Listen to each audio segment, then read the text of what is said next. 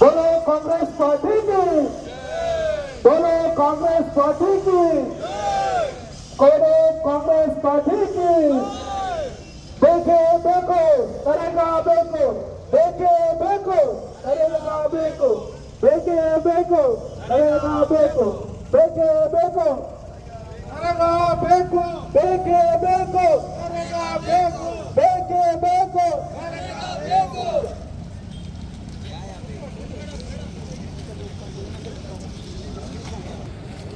ಬೇಡ ಬೇಡ ಬೇಡ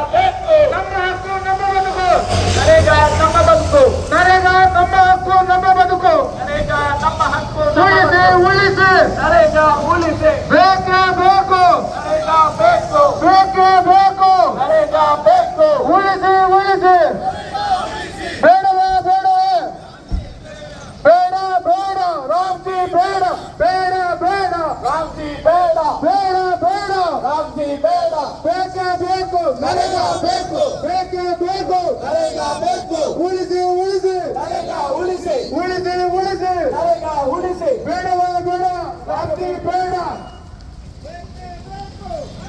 ಬೇಕು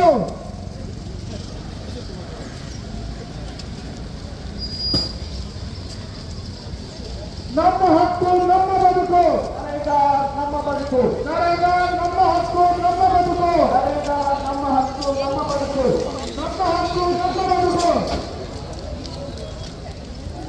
ಬೇಕೇ ಬೇಕು ಬೇಕೇ ಬೇಕು ಉಳಿಸಿ ಉಳಿಸಿ ಬೇಕೇ ಬೇಕು ಉಳಿಸಿ ಉಳಿಸಿ.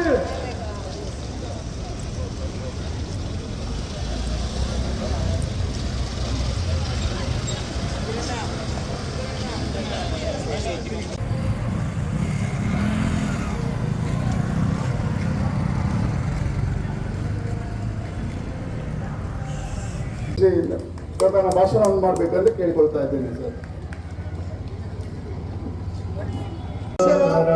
ಪ್ರಪಂಚ ಒಪ್ಪತಕ್ಕಂತ ಒಬ್ಬ ಮಹಾನ್ ನಾಯಕನ ಕೊಲೆಮಾಡಿರ್ತಕ್ಕಂಥ ದಿವಸಕ್ಕೆ ಅವರಿಗೆ ನಾವು ಎಲ್ಲರೂ ಕಾಂಗ್ರೆಸ್ ಪಕ್ಷದವರು ಎಲ್ಲರೂ ಇವತ್ತು ಶ್ರದ್ಧಾಂಜಲಿಯನ್ನು ಅರ್ಪಿಸತಕ್ಕಂಥದ್ದು ನಮ್ಮ ಅತ್ಯ ಕರ್ತವ್ಯ. ಈ ನಿಟ್ಟಿನಲ್ಲಿ ನಮ್ಮ ಕಾಂಗ್ರೆಸ್ ಪಕ್ಷದ ಹಿರಿಯರು ಪ್ರಥಮವಾಗಿ ಎಲ್ಲರೂ ಮಹಾತ್ಮ ಗಾಂಧಿಯ ಫೋಟೋಗೆ ಪುಷ್ಪಾರ್ಚನೆ ಮಾಡಿ ಅವರಿಗೆ ಗೌರವ ಸಲ್ಲಿಸಬೇಕೆಂದು ಈ ಸಂದರ್ಭದಲ್ಲಿ ಕೇಳಿಕೊಳ್ತಾ ಇದ್ದೇನೆ. ನಮ್ಮ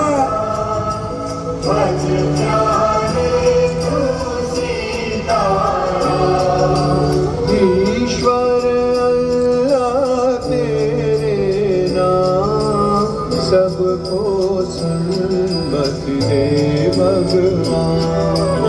ईश्वर अल्लाह तेरे नाम सबको सन्मति दे भगवान।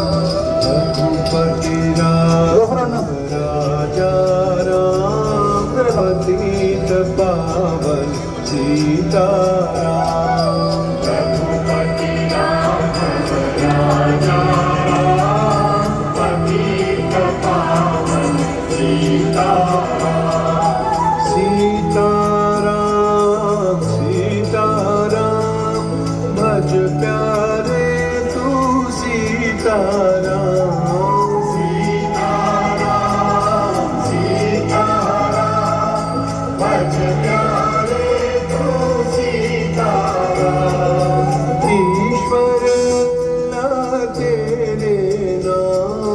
सबको सन्मति दे भगवान। ईश्वर अल्लाह तेरे नाम सबको सन्मति दे भगवान। रघुपति राघव पतित पावन सीताराम। रघुपति राघव ದಿನ ಉತ್ತಮ ಹೋರಾಟ ನಾವು ಮಾಡ್ತಾ ಇರ್ತೀವಿ. ಇವತ್ತು ಅದಕ್ಕೆ ಸಾಕ್ಷಿ ನಮ್ಮ ಕಾಪು ಕ್ಷೇತ್ರದಲ್ಲಿ ಇವತ್ತು ಮೊದಲ ಹಂತದ ಪ್ರತಿಭಟನೆಯನ್ನು ಮಾಡ್ತಾ ಇದ್ದೀವಿ. ಎಲ್ಲ ಜನಗಳು ಮನೆಯಿಂದ ಎದ್ದು ಬಂದಿದ್ದಾರೆ. ಯಾಕಂದ್ರೆ ಸಮುದಾಯಗಳ ಮಧ್ಯೆ ಧರ್ಮದ ಮಧ್ಯೆ ವಿಷ ಬೀಜವನ್ನು ಬಿತ್ತು ಅಳಿತ ಮಾಡುವುದಕ್ಕೆ ನಾವು ಯಾವತ್ತೂ ಹೋಗೋದಿಲ್ಲ. ನಾವೆಲ್ಲರೂ ಮಾನವಂತಾಗಿ ನಾವು ಬದುಕಬೇಕು, ಎಲ್ಲರೂ ಸಹೋದರರಿಗೆ ಇರಬೇಕೆಂಬ ನಿಟ್ಟಿನಲ್ಲಿ ಮನರೇಗಾವನ್ನು ಜಾರಿಗೆ ತಂದ್ರೆ ಅದಕ್ಕೆ ವಿರುದ್ಧ ಇವತ್ತು ರಾಮಜಿ ತಗೊಂಡ್ಬಂದಿದ್ದೀರಾ. ಇದು ನಿಜವಾಗ್ಲೂ ಬಡವರ ಮೇಲೆ ನಿಮಗಿರುವಂತಹ ಕಾಳಜಿ ಅಲ್ಲ, ಖಾಲಿ ಓಟಿನ ಮೇಲೆ ಇರುವಂತಹ ಕಾಳಜಿ ಅಂತ ಖಂಡಿತ ನಾವು ಹೇಳ್ತಾ ಇದ್ದೇವೆ. ಇದೇ ಸಂದರ್ಭದಲ್ಲಿ ನಮ್ಮ ಸೂರ್ಯಕುಮಾರ್ ಇದರ ಬಗ್ಗೆ ಗೌರವರಿದ್ದಾರೆ. ನಮ್ಮ ನಾಯಕರು ವಿನೋದ್ ಕುಮಾರ್ ಸರ್ಗೆ ಅವರು ತುಂಬಾ ಮಾತಾಡಲಿಕ್ಕಿದ್ದಾರೆ. ಖಂಡಿತ ಬಡ ಕೂಲಿಗಾರ 1947 ಸ್ವಾತಂತ್ರ್ಯ ಸಿಕ್ತು. ನಂತರ ಈ ದೇಶದ ಜನಗಳ ಕಷ್ಟಗಳೇನು, ಸಮಸ್ಯೆಗಳೇನು ತಿಳ್ಕೊಳ್ಳುವುದರ ಮೂಲಕ ಅನೇಕ ಯೋಜನೆಗಳನ್ನ ಹಾಕುವುದರ ಮೂಲಕ ಈ ದೇಶ ಸುಮಾರು 79 ವರ್ಷದಲ್ಲಿ ಈ ದೇಶ ಒಂದು ಸ್ಥಿತಿಗೆ ಬಂದು ಪ್ರಪಂಚದಲ್ಲಿ ಉಳಿಸ್ಕೊಂಡಿದ್ರೆ ಅದು ಕಾಂಗ್ರೆಸ್ ಪಕ್ಷದ ನಾಯಕ ಅಂತ ಹೇಳಿಕ್ಕೆ ನಾನು ಇಚ್ಛೆ ಪಡ್ತಾ ಇದ್ದೇನೆ. ಈ ದೇಶಕ್ಕೆ ಸ್ವಾತಂತ್ರ್ಯ ಬಂದಾಗ ಈ ದೇಶದಲ್ಲಿ ಏನೂ ಇರಲಿಲ್ಲ, ಆರ್ಥಿಕ ಸ್ಥಿತಿ ಚೆನ್ನಾಗಿರಲಿಲ್ಲ, ಗಡಿ ಭದ್ರತೆ ಇರಲಿಲ್ಲ ಮತ್ತು ಯುದ್ಧದ ಸಾಮಗ್ರಿಗಳು ಯಾವುದೂ ಇರಲಿಲ್ಲ. ನೆಹರೂರವರು ತಮ್ಮ ಸ್ವಂತ ಕುಟುಂಬದ ಆಸ್ತಿಯನ್ನು ಈ ದೇಶಕ್ಕೆ ತ್ಯಾಗ ಮಾಡಿದರು. ಆದರೆ ಇವತ್ತಿನ ಸ್ಥಿತಿ ಏನಾಗಿದೆ ಅಂತ ಹೇಳಿದ್ರೆ ಧರ್ಮದ ಹೆಸರು ರಾಜಕಾರಣ ಮಾಡುವುದರ ಮೂಲಕ ಇವತ್ತು ಜನರ ತಲೆಯಲ್ಲಿ ಧರ್ಮ ಮತ್ತು ದೇವರನ್ನು ತುಂಬಿಸುವ ಮೂಲಕ ಇವತ್ತು ಜನರು ಬದುಕದಂತಹ ಸ್ಥಿತಿಯನ್ನು ನಮ್ಮ ಬಿಜೆಪಿ ಸರ್ಕಾರ ತಂದೊಡ್ಡಿದೆ. ಇವತ್ತು ಮನಮೋಹನ್ ಸಿಂಗ್ ಅವರ ಒಂದು ನೇತೃತ್ವದಲ್ಲಿ ಈ ದೇಶದ ಕಟ್ಟೆಗಳು ಗಾಂಧಿಯವರ ಚಿಂತನೆ ಕೂಡ ಅದೇ ಆಗಿತ್ತು. ಏನೆಂದರೆ ಗ್ರಾಮ ಸ್ವರಾಜ್ಯ, ಗ್ರಾಮದಲ್ಲಿ ಒಂದು ದೇಶದ ಅಭಿವೃದ್ಧಿಯನ್ನು ಅವಲೋಕನ ಮಾಡುವಾಗ ಆ ದೇಶದ ಪ್ರತಿಯೊಬ್ಬ ಕಟ್ಟೆಕಡೆಯ ಜನ ಕೂಡ ನೆಮ್ಮದಿಯಿಂದ ಒಂದು ಊಟ ಮಾಡುವುದರ ಮೂಲಕ ನೆಮ್ಮದಿಯಿಂದ ಬದುಕಬೇಕಂತ ಹೇಳಿತ್ತು. ಅದಕ್ಕಾಗಿ ಮನಮೋಹನ್ ಸಿಂಗ್ ಸರ್ಕಾರ ಇವತ್ತು ನರೇಗಾ ಯೋಜನೆಯನ್ನು ಜಾರಿಗೆ ತಂದರು. ಅದು ಕೂಡ ಗಾಂಧಿ ಅವರ ಒಂದು ಚಿಂತನೆ ಅಡಿಯಲ್ಲಿ ಅವರ ಹೆಸರಲ್ಲಿ ಯೋಜನೆಯನ್ನು ಜಾರಿಗೆ ತಂದಿತ್ತು. ಅದನ್ನು ಇವತ್ತು ರಾಮ ಹೆಸರಿನಲ್ಲಿ ಬದಲಾವಣೆ ಮಾಡುವುದರ ಮೂಲಕ ಮತ್ತೆ ಧರ್ಮಧಾಮರನ್ನು ಮತ್ತು ಈ ಪ್ರತಿಭಟನೆಯ ಉದ್ದೇಶ ಪ್ರಾಯಶಃ ಇವತ್ತು ಮಹಾತ್ಮ ಗಾಂಧಿಯವರ ಹತ್ಯೆಯಾದ ದಿನ. ಅವರು ಹತ್ಯೆಯಾದಾಗಲೂ ಅವರು ಹೇ ರಾಮ್ ಹೇ ರಾಮ್ ಹೇ ರಾಮ್ ಎನ್ನುವ 3 ಪದಗಳನ್ನು ಬಳಸಿದರು. ಯಾಕಂದ್ರೆ ಈ ಪ್ರತಿಭಟನೆಯನ್ನು ಮಾಡಲಿಕ್ಕೆ ಮುಖ್ಯ ಉದ್ದೇಶ ನಮ್ಮ ನಾಯಕರಾದಂಥ ರಾಜ್ಯ ಪ್ರಚಾರ ಸಮಿತಿ ಅಧ್ಯಕ್ಷರಾದಂಥ ಶ್ರೀಯುತ ವಿನಯ್ ಕುಮಾರ್ ಸೊರಕೆ ಅವರು. ಯಾಕಂದ್ರೆ ಎಲ್ಲಿ ಅನ್ಯಾಯ ಆಗುತ್ತೆ, ಎಲ್ಲಿ ದೌರ್ಜನ್ಯ ಆಗುತ್ತೆ, ಅಲ್ಲಿ ಪ್ರತಿರೋಧವನ್ನು ಒಡ್ಡುವಂತ ಒಬ್ಬರು ಕ್ರಿಯಾಶೀಲ ನಾಯಕರು ಇದ್ರೆ ಅಂತ ವಿನಯ್ ಕುಮಾರ್ ಸೊರಕೆ ನಾನು ಹೇಳ್ತೇನೆ. ಇವತ್ತಿಗೆ ಅವರು ಸೋತಿರ ಮನೆಯಲ್ಲಿ ಅವರು ಕುತ್ಕೊಳ್ಳಿಲ್ಲ, ಕಾರ್ಯಕರ್ತರೊಂದಿಗೆ ಸ್ಪಂದನೆಯನ್ನು ಮಾಡುತ್ತಾ, ಕಾರ್ಯಕರ್ತರಿಗೆ ಸದಾ ಬೆರೆಯುತ್ತಾ, ಕಾರ್ಯಕರ್ತರ ನಾಯಕರಿಗೆ ಇವತ್ತಿರುವುದಕ್ಕೆ ಕಾರಣ ಅವರು ಸದಾ ಕಾರ್ಯಕರ್ತರಿಗೆ ಸ್ಪಂದಿಸಿರುವಂಥದ್ದು. ಅದೇ ರೀತಿ ನಮ್ಮ ಕರಾವಳಿ ಅಭಿವೃದ್ಧಿ ಮಂಡಳಿ ಅಧ್ಯಕ್ಷರಾದ ಗಫೂರ್ ಅವರೇ, ಮುಖ್ಯ ಭಾಷಣಕಾರರಾದ ಸುಧೀರ್ ಅವರೇ, ಬ್ಲಾಕ್ ಕಾಂಗ್ರೆಸ್ ಅಧ್ಯಕ್ಷರಾದ ಸುಕುಮಾರ್ ಅವರು, ಎಲ್ಲ ಕಾಂಗ್ರೆಸ್ ಕುಟುಂಬದ ಕಾರ್ಯಕರ್ತರೇ, ನನ್ನ ಆತ್ಮೀಯ ಸಹೋದರ ಸಹೋದರಿಯರೇ, ಇವತ್ತು ಮಂಡ್ಯ ವಿಷಯಕ್ಕಾಗಿ ನಾವು ಇವತ್ತು ಬೀದಿಗಿಳಿದು ಹೋರಾಟ ಮಾಡುವಂತ ಪರಿಸ್ಥಿತಿ ಬಂದಿದೆ. ಮನಮೋಹನ್ ಸಿಂಗ್ ಯಾವಾಗ ಪ್ರಧಾನಮಂತ್ರಿ ಆಗಿದ್ರು ಒಂದೊಂದು ಗ್ರಾಮದಲ್ಲಿ ಸೋನಿಯಾ ಗಾಂಧಿ ಅವರಿಗೆ ಚರ್ಚಿಸಿ ಒಂದೊಂದು ಗ್ರಾಮದಲ್ಲಿ ಯಾರು ಬಡವರಿದ್ದಾರೆ ಅವರಿಗೆ ಪಂಚಾಯತ್ ಮಟ್ಟದಲ್ಲಿ ಅವರಿಗೆ ಕೆಲಸ ಕೊಡಬೇಕು, 100 ದಿನಗಳ ಕೆಲಸವನ್ನು ಕಡ್ಡಾಯವಾಗಿ ಕೊಡಬೇಕು. ಒಂದು ವೇಳೆ ಆ ಪಂಚಾಯತ್ನಲ್ಲಿ ಕೊಡ್ಲಿಕ್ಕೆ ಅಸಾಧ್ಯ ಇಲ್ಲ ಅಂತಾಗಿದ್ರೆ ಅವರಿಗೆ ಉದ್ಯೋಗ ಭತ್ಯೆಯನ್ನು ಕೊಡಬೇಕು. ಯಾಕಂದ್ರೆ ಕೂಲಿ ಮಾಡ್ಲಿಕ್ಕೆ ಏನಿಲ್ಲ ಅಂತಂದಾಗ ಉದ್ಯೋಗ ಭತ್ಯೆ ಕೊಡಬೇಕು. ಅಲ್ಲಿ ಯಾರು ಗ್ರಾಮ ಪಂಚಾಯತ್ ಅಧಿಕಾರಿ ಇದ್ದಾನೆ ಅವನು ಇದನ್ನೆಲ್ಲ ಮಾಡಬೇಕು. ಸಮರ್ಪಕವಾಗಿ ಮಾಡದಿದ್ದಲ್ಲಿ ಉದ್ಯೋಗ ಭತ್ಯೆಯನ್ನು ಅವನ ಹೆಸರಿನಲ್ಲಿ ಅವನ ಸಮಾಜದಲ್ಲಿ ಕಟ್ ಮಾಡಿ ಕೊಡ್ಬೇಕು ಎಂಬ ಕಾಯ್ದೆಯನ್ನು ತಂದಿದ್ರು. ಎಷ್ಟು ಒಳ್ಳೆಯ ಒಂದು ಕಾಯ್ದೆ. ಯಾಕಂದ್ರೆ ಪಾಪದ ಜನರು ಒಂದು ಹೊತ್ತಿನ ಊಟವನ್ನು ಮಾಡಬೇಕು, ಅವರು ಬಾಕಿ ಮನುಷ್ಯರಿಗೆ ಬಾಳ್ಬೇಕೆಂಬ ನಿಟ್ಟಿನಲ್ಲಿ ಅದೆಷ್ಟೋ ದುರದೃಷ್ಟ ಇಟ್ಕೊಂಡು ನಮ್ಮ ಪ್ರಧಾನಮಂತ್ರಿಗಳಾದ ಮನಮೋಹನ್ ಸಿಂಗ್ ಅವರು ಈ ಕಾಯ್ದೆಯನ್ನು ಜಾರಿಗೆ ತಂದರು. ಇವತ್ತು ಅದಕ್ಕೆ ತಿರುವನ್ನು ಕೊಡ್ತಾ ಕೇಂದ್ರ ಸರ್ಕಾರ ಎಲ್ಲ 100ಕ್ಕೆ 100 ರೂಪಾಯಿ ಕೊಡ್ಲಿಕ್ಕಿದ್ರೆ ಆ 100 ಕೇಂದ್ರ ಸರ್ಕಾರ ಭರಿಸ್ತಿತ್ತು. ಅವಾಗ ಕಾಂಗ್ರೆಸ್ನ ಕೇಂದ್ರ ಸರ್ಕಾರ UPA ಸರ್ಕಾರ ಭರಿಸ್ತಿತ್ತು. 100ಕ್ಕೆ 100 ಎಲ್ಲ ಹಣವನ್ನು ಯಾರಿಗೆ ಪೂಜೆ ಉಂಟು ಎಲ್ಲವನ್ನು. ಇವತ್ತು ಅದಕ್ಕೆ ಬದಲಾವಣೆಯನ್ನು ತಂದು PB ರಾಮಜಿ ಅಂತ ಕಾಯ್ದೆಯನ್ನು ತಗೊಂಡ್ಬಂದು ಅದರಲ್ಲಿ 40% ಸರ್ಕಾರ ಕರ್ನಾಟಕ ಸರ್ಕಾರ ಕೊಡಬೇಕು, ಖಾಲಿ 60% ನಾವು ಕೊಡಬೇಕು ಮತ್ತು ನಾವು ಯಾರಿಗೆ ಹೇಳ್ತೇವೆ ಅವರಿಗೆ ಕೆಲಸವನ್ನು ಕೊಡಬೇಕು. ಅದೇ ಗ್ರಾಮದಲ್ಲಿ ಮಾಡಬೇಕೆಂಬ ಹೊಸ ಕಾಯ್ದೆಯನ್ನು ಜಾರಿಗೆ ತಂದಂತ ಕೇಂದ್ರದ ಬಿಜೆಪಿ ಸರ್ಕಾರ ಯಾವ ರೀತಿ ಬಡವರ ಬಗ್ಗೆ ಕಾಳಜಿ ಅಂತ ನೀವೇ ಹೇಳಿ. 100ಕ್ಕೆ 100% ಹಣವನ್ನು ಕೇಂದ್ರ ಸರ್ಕಾರ ಕೊಟ್ಟಿದ್ರೆ ಇವತ್ತು 60% ಹಣವನ್ನು ಕೇಂದ್ರ ಸರ್ಕಾರ ಕೊಡುತ್ತೆ, 40% ಅನ್ನು ನೀವು ಕೊಡಬೇಕು ಅಂತ ಹೇಳ್ತದೆ. ಅದೇ ಅಷ್ಟೇ ಅಲ್ಲ, ಮುಂಚೆ ಒಂದು ಮನೆಯಲ್ಲಿ ಒಂದು ರೇಷನ್ ಕಾರ್ಡ್ ಅಲ್ಲಿ 6 ಜನ ಕಾರ್ಮಿಕರಿದ್ರೆ ಅವರಿಗೆ 100 ದಿನ ಕೆಲಸ ಬರಬೇಕು. 6 ಜನ ಮನೆಯ ಕುಟುಂಬದ ಸದಸ್ಯರಿದ್ದಾರೆ, ಅದು 6 ಜನರಲ್ಲಿ ಯಾರು ಮಾಡಬಹುದು. ಇವತ್ತು ನಾನು ನನ್ನ ಇನ್ನೊಬ್ಬ ತಮ್ಮ, ಇನ್ನೊಬ್ಬರು ಮನೆಯವರು, ಹಾಗೆ ಆ 100 ದಿನಗಳ ಕೂಲಿ ಕೆಲಸವನ್ನು ಒಂದು ವರ್ಷಕ್ಕೆ ಯಾರು ಮಾಡಬಹುದು. ಇವತ್ತು ಏನು ಬಂದಿದ್ದಾರೆ ಅಂತ ಹೇಳಿದ್ರೆ, ಯಾರ ಕೆಲಸಕ್ಕೆ ಬರ್ತಾನೆ ಅವ್ನು ಬಂದಾಗ ಮೊದಲಿಗೆ ಒಂದು ಫೋಟೋ, ಮಧ್ಯಾಹ್ನ ಊಟಕ್ಕೆ ಹೋದ್ಮೇಲೆ ಪುನಃ ಬಂದ ಒಂದು ಫೋಟೋ. ಯಾಕಂದ್ರೆ ಕೂಲಿ ಕಾರ್ಮಿಕರ ಮೇಲೆ, ಬಡವರ ಮೇಲೆ ಅನುದಾನವನ್ನು ಕೇಂದ್ರ ಸರ್ಕಾರ ಪ್ರತಿ ವರ್ಷ ಕೊಡಬೇಕಿತ್ತು. 2,10,000 ಕೋಟಿ ಅನುದಾನ ಇವರ ಹಣೆ ಬರಕ್ಕೆ, ಇವ್ರ ಅಧಿಕಾರಕ್ಕೆ ಬಂದ ಮೇಲೆ ಸರಾಸರಿ ಈ ವರ್ಷಕ್ಕೆ ಕೊಟ್ಟಿರ್ತಕ್ಕಂಥ ಅನುದಾನ 86,000 ಕೋಟಿ ರೂಪಾಯಿ ಮಾತ್ರ. ಹಾಗಾದ್ರೆ ಎಲ್ಲಿಗೆ ಹೋಯ್ತು ಅಂದ್ರೆ ಗ್ರಾಮೀಣರ ಬದುಕು ಇಲ್ಲ ಆಗಬೇಕು. ಗಾಂಧಿಯ ಫೋಟೋವನ್ನು ನಾವು ಯಾಕೆ ಹಾಕ್ತೇವೆ? ಆ ಯೋಜನೆಗೆ ಯಾಕೆ ಮಹಾತ್ಮ ಗಾಂಧಿಯ ಹೆಸರನ್ನೇ ಇಟ್ಟಿದ್ವಿ ಅಂತಂದ್ರೆ, ಗಾಂಧಿ ಪ್ರಸ್ತಾಪ ಮಾಡಿದ್ದು ಗ್ರಾಮ ಸ್ವರಾಜ್ಯದ್ದು. ಹಳ್ಳಿಯಿಂದ ದಿಲ್ಲಿ ಎನ್ನುವಂತ ಮಾತನ್ನ ಹೇಳಿರ್ತಕ್ಕಂಥದ್ದು ಮಹಾತ್ಮ ಗಾಂಧಿ. ದೇಶದ ಒಂದು ಪ್ರಬಲ ರಾಜಧಾನಿಯನ್ನು ಕಟ್ಟಿದ್ರೆ ಆಗಲ್ಲ, ಊರುಗಳ ಸಹಿತ ಅಭಿವೃದ್ಧಿ ಆಗಬೇಕು ಅನ್ನುವಂತ ಕನಸು ಕಂಡಿರ್ತಕ್ಕಂಥದ್ದು ಮಹಾತ್ಮ ಗಾಂಧಿ. ಆ ಯೋಜನೆಯ ಪ್ರಕಾರ ಮೊದಲು ಕಾಯ್ದೆ ಎಂತಂತು 100ಕ್ಕೆ 100ರಷ್ಟು ಹೊಣೆಗಾರಿಕೆ ಕೇಂದ್ರ ಸರ್ಕಾರ ಆಗಿತ್ತು. 10% ಪಾರ್ಟಿಸಿಪೇಷನ್ ಅನ್ನು ರಾಜ್ಯ ಸರ್ಕಾರ ಕೊಡದೇ ಹೋದರೂ ಸಹಿತ ಕೇಂದ್ರ ಸರ್ಕಾರವೇ 100ಕ್ಕೆ 100 ಅನುದಾನವನ್ನು ಕೊಡಬೇಕಾದಂತ ಹೊಣೆಗಾರಿಕೆ ಮೊದಲಿನ ಕಾಯ್ದೆಯಲ್ಲಿತ್ತು. ಈಗ ಕಾಯ್ದೆ ತಂದಿದ್ದಾರೆ. ಇವರಿಗೆ ಪಾರ್ಟ್ನರ್ಶಿಪ್ ಬಿಸ್ನೆಸ್ ಚಂದ ಬಿಜೆಪಿ ಅವರು. ಅಂಬಾನಿ ಜೊತೆಗೂ ಪಾರ್ಟ್ನರು, ಅದಾನಿ ಜೊತೆಗೂ ಪಾರ್ಟ್ನರು. ಹಂಗಾಗಿ ಇಲ್ಲೂ ಪಾರ್ಟ್ನರ್ಶಿಪ್ ಅಂತ ಹೇಳಿದ್ದಾರೆ.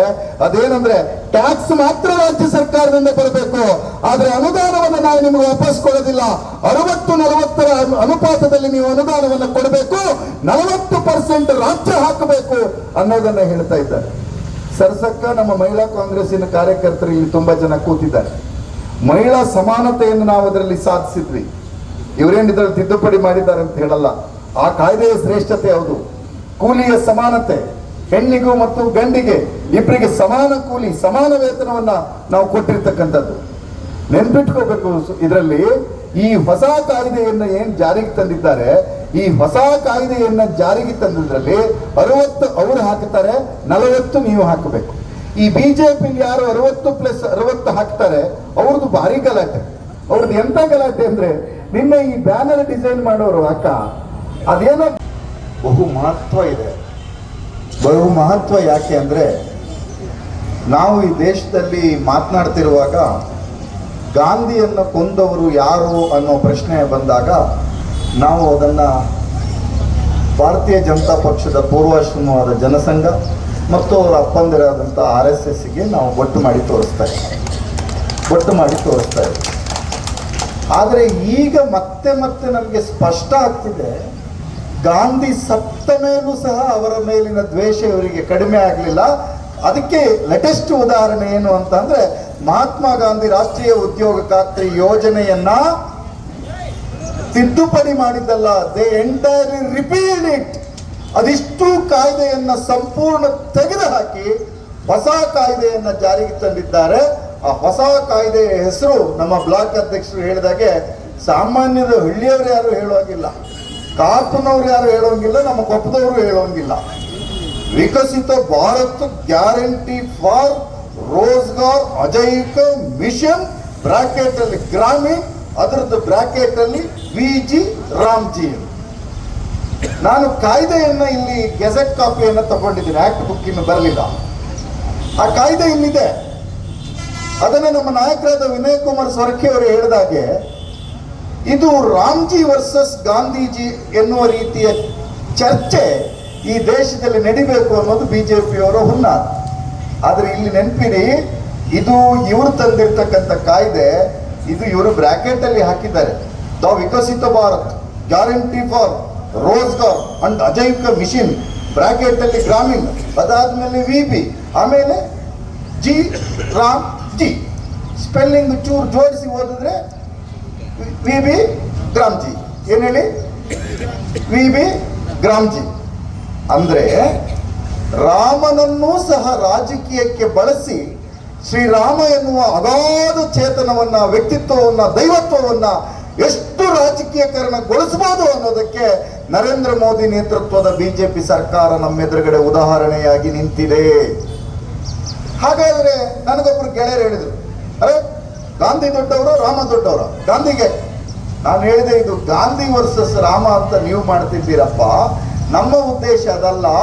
ನಾವು ರಾಮನ ಪರವೂ ಹೌದು, ಗಾಂಧಿಯ ಪರವೂ ಹೌದು. ಆದರೆ ನಮ್ಮ ಬಾರಾಮೋ ರಾಮನ ಪರ ಅಲ್ಲ. ಯಾವ ಬಾರಾಮೋ ರಾಮ ಅಂದರೆ ಭಾರತೀಯ ಜನತಾ ಪಕ್ಷ, ರಾಷ್ಟ್ರೀಯ ಸ್ವಯಂ ಸೇವಕ ಸಂಘ ಮತ್ತು ಮೋದಿ ಅವರ ತರ ಹುಟ್ಟಿಸಿದ ರಾಮ ಅಲ್ಲ.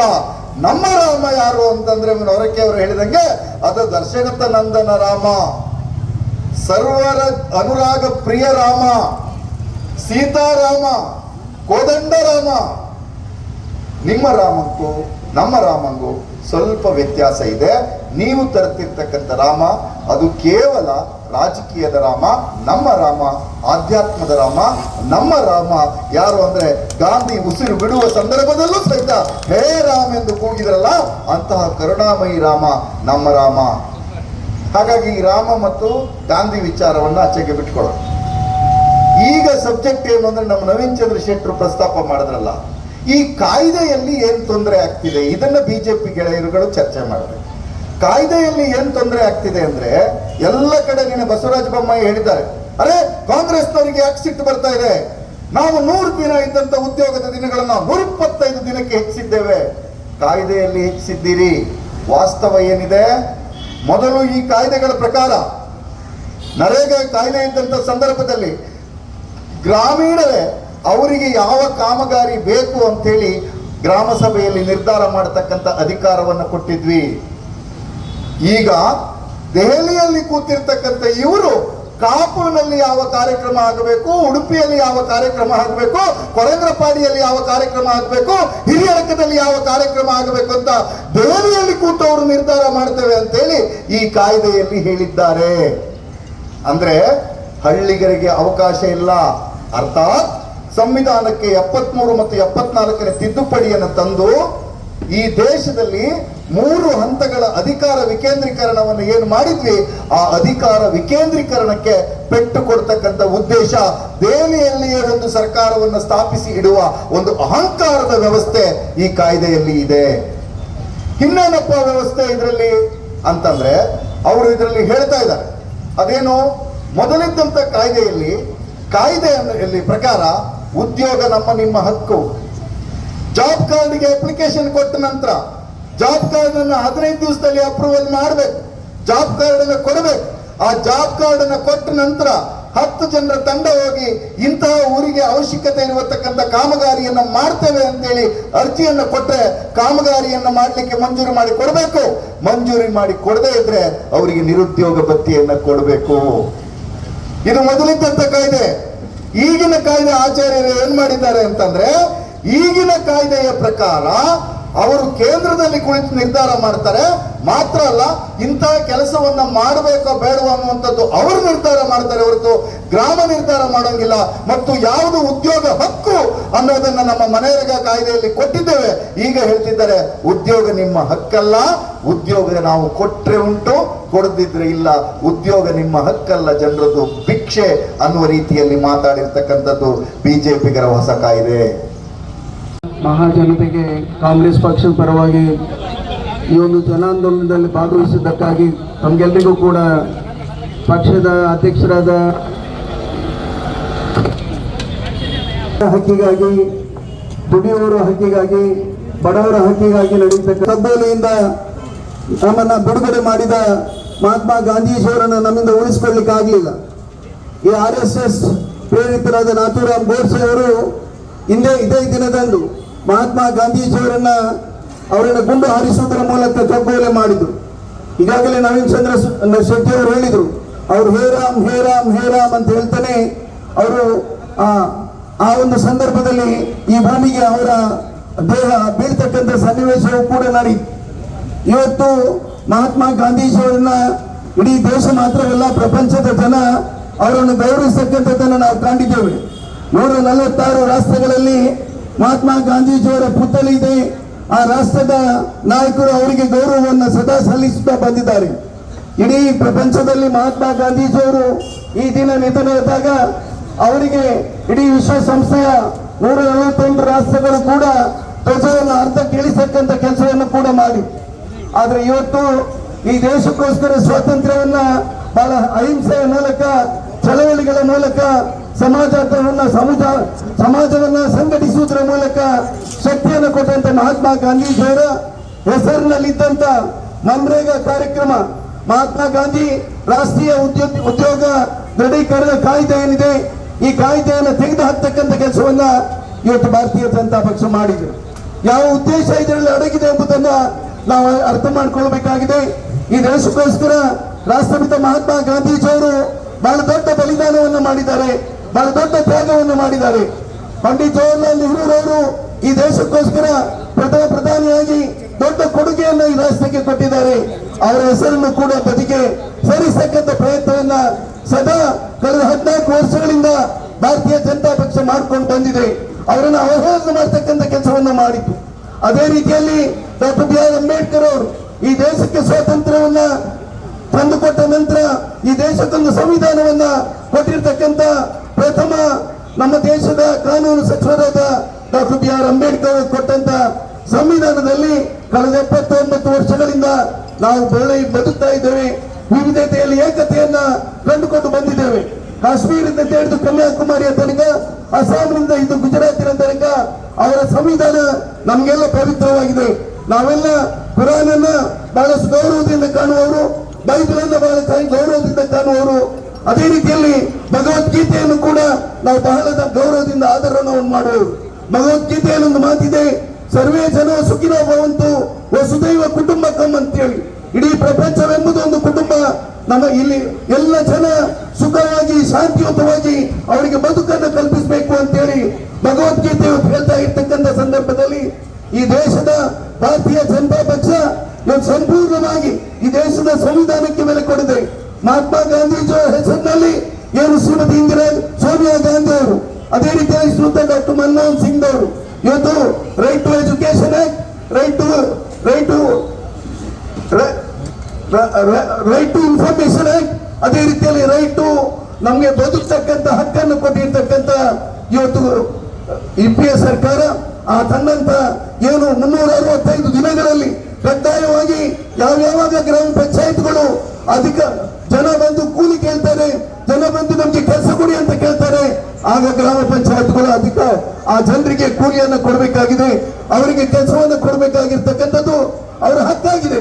ಇದು ಕಾನೂನು ಮೂಲಕ ಅವರಿಗೆ ವರ್ಷಕ್ಕೆ 100 ದಿನಗಳ ಕಾಲ ಕಡ್ಡಾಯವಾಗಿ ಯಾರೆಲ್ಲ ನೌಕರಿ ಕೇಳ್ತಾರೆ ಅವರಿಗೆ ನೌಕರಿಯನ್ನು ಕೊಡ್ತಕ್ಕಂಥದ್ದು ನಮ್ಮ ಜವಾಬ್ದಾರಿ.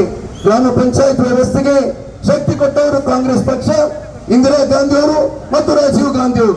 ದೇಶದ ಸಂವಿಧಾನದ 73 ಮತ್ತು 74ನೇ ವಿಧಿಗೆ ತಿದ್ದುಪಡಿಯನ್ನು ತರುವುದರ ಮೂಲಕ ಅದಕ್ಕೆ ಶಕ್ತಿಯನ್ನು ಕೊಟ್ಟು ಪಂಚಾಯತ್ ರಾಜ್ ವ್ಯವಸ್ಥೆಯಲ್ಲಿ ಇಷ್ಟೊಂದು ಸಂಖ್ಯೆಯಲ್ಲಿ ಮಹಿಳೆಯರಿಗೆ ಸೇರ್ಬೇಕಾಗಿದ್ರೆ ಆ 33% ಮತ್ತು ಇವತ್ತು 50% ನಿಮ್ಮ ಪಾಲುದಾರಿಕೆಯಿಂದಾಗಿ ಅದು ಸಾಧ್ಯ ಆಗಿದೆ. ಅದಕ್ಕೆ ಕಾನೂನಿನ ಹಕ್ಕನ್ನು ಕೊಟ್ಟವರು ರಾಜೀವ್ ಗಾಂಧಿ ಅವರು. ಇಂದಿರಾ ಗಾಂಧಿ ಅವ್ರನ್ನ ಮುಂದಿಲ್ಲ, ಮಹಾತ್ಮ ಗಾಂಧೀಜಿಯವ್ರನ್ನ ಮುಂದಿಲ್ಲ, ರಾಜೀವ್ ಗಾಂಧಿ ಅವರ ತ್ಯಾಗ ನಮ್ಮ ಮುಂದೆ ಇದೆ. ಇವತ್ತು ಅದೇ ಮಹಾತ್ಮ ಗಾಂಧೀಜಿಯವರನ್ನ 2ನೇ ಬಾರಿಗೆ ಕೊಲ್ತಕ್ಕಂಥ ಕೆಲಸವನ್ನ ಇವತ್ತು ಭಾರತೀಯ ಜನತಾ ಪಕ್ಷ ಮಾಡಿದೆ. ಮನ್ರೇಗಾ ಜನರ ಹಕ್ಕು, ಮನ್ರೇಗಾ ಬಡವರ ಹಕ್ಕು, ಮನ್ರೇಗಾ ಕಾರ್ಮಿಕರ ಹಕ್ಕು, ಈ ಕಾನೂನನ್ನ ದೇಶದಲ್ಲಿ ಪುನಃ ತರದೆ ಈ ಕಾಂಗ್ರೆಸ್ ಪಕ್ಷ ವಿರಮಿಸುವುದಿಲ್ಲ ಎಂಬುದು ವೇಗವನ್ನ ಇವತ್ತು ಇಂಡಿಯನ್ ನ್ಯಾಷನಲ್ ಕಾಂಗ್ರೆಸ್ ಮಲ್ಲಿಕಾರ್ಜುನ್ ಖರ್ಗೆ ಅವರ ನೇತೃತ್ವದಲ್ಲಿ, ರಾಹುಲ್ ಗಾಂಧಿ ಅವರ ನೇತೃತ್ವದಲ್ಲಿ, ಶ್ರೀಮತಿ ಸೋನಿಯಾ ಗಾಂಧಿ ಅವರ ನೇತೃತ್ವದಲ್ಲಿ ಇವತ್ತು ಆ ತೀರ್ಮಾನವನ್ನು ಮಾಡಿದೆ. ರಾಜ್ಯದಲ್ಲಿ ಇವತ್ತು ಶ್ರೀಯುತ CM ಸಿದ್ದರಾಮಯ್ಯ ಅವರು, DK ಶಿವಕುಮಾರ್ ಅವರು ಕೂಡ ಇದಕ್ಕೆ ವಚನಕ್ಕೆ ಬದ್ಧರಾಗಿ ಕಟ್ಟ ಕಡೆಯ ಬಡವನ ಮುಖದಲ್ಲಿ ಆ ತೀರ್ಮಾನದಿಂದ ಕಟ್ಟ ಕಡೆಯ ಬಡವನ ಮುಖದಲ್ಲಿ ನೆಗೆ ಬರ್ತಿದ್ರೆ ತಕ್ಷಣ ಆ ತೀರ್ಮಾನವನ್ನು ತಕೊಂಡು ಅಂತ ಹೇಳಿ ಇವತ್ತು ಬಡವನ ಮುಖದಲ್ಲಿ ನೆಗೆ ಮಾತ್ರ ಅಲ್ಲ, ವಾತಾವರಣ ಎಲ್ಲಿವರೆಗೆ ಹೋಗಿದೆ ಅಂತ ಹೇಳಿದ್ರೆ ಬಡವನ ಮುಖದಲ್ಲಿ ನೆತ್ತರೆ ಇಳಿಯುವಂತ ಕೆಲಸ ಕಾರ್ಯವನ್ನ, ಬಡವನ ಹೊಟ್ಟೆಗೆ ಹೊಡೆಯುವಂತ ಕೆಲಸ ಕಾರ್ಯವನ್ನ ಸತತವಾಗಿ ಇವತ್ತು ಈ ಬಿಜೆಪಿಯ ಕೇಂದ್ರ ಸರ್ಕಾರ, ಮೋದಿ ಸರ್ಕಾರ ಇವತ್ತು ಕೈಗೂಡಿಸ್ತಾ ಇದೆ.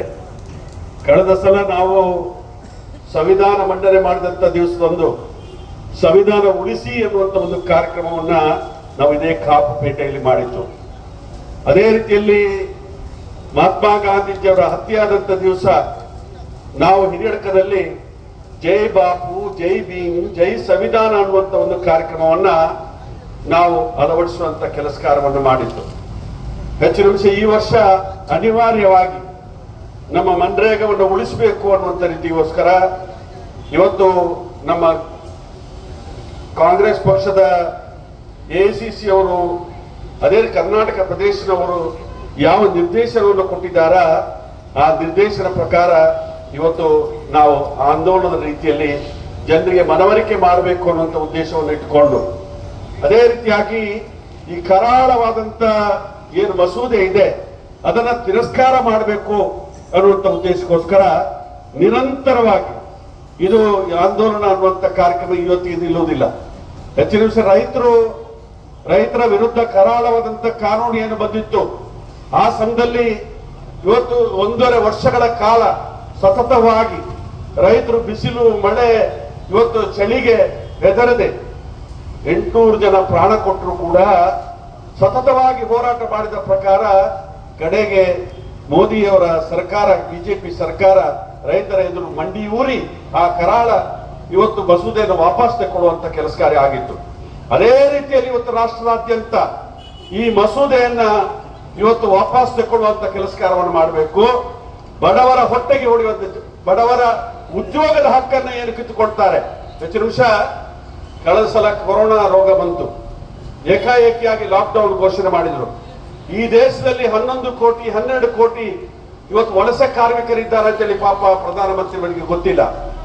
ಏಕಾಏಕಿಯಾಗಿ ಇವತ್ತು ಘೋಷಣೆ ಮಾಡಿದಂತ ಪ್ರತಿಫಲವಾಗಿ ಇವತ್ತು ಕಷ್ಟ ಬಂದಾಗ ಎಲ್ಲರೂ ಊರಿಗೆ ಹೋಗಿ ಸೇರುವಂಥದ್ದು ನಡ್ಕೊಂಡೆ ಇವತ್ತು ಸಾಧಾರಣ ಇವತ್ತು ತಮ್ಮ ಸುತ್ತಗಳನ್ನೆಲ್ಲ ಹೊತ್ತುಕೊಂಡು, ಮಕ್ಕಳನ್ನ ಹೊತ್ತುಕೊಂಡು 1,000ಕ್ಕಿಂತ ಮಿಕ್ಕಿ ಕಿಲೋಮೀಟರ್ ದೂರ ನಡೆದು ಕೆಲವರು ಪ್ರಾಣ ಕೊಡುವಂತ ಸನ್ನಿವೇಶನ ಆಗಿತ್ತು. ಒಂದು ವೇಳೆ ಈ ದೇಶದ ವಲಸೆ ಕಾರ್ಮಿಕರ ಮೇಲೆ ಅವರಿಗೆ ಯಾವುದೇ ರೀತಿಯ ಸೌಜನ್ಯ ಇರ್ತಿದ್ರೆ ಒಂದು 2-3 ದಿವಸಗಳ ಕಾಲ ಅವಕಾಶ ಕೊಟ್ಟು ಅವರನ್ನ ಊರಿಗೆ ಸೇರುವಂತ ಅವಕಾಶವನ್ನು ಮಾಡಬಹುದಿತ್ತು.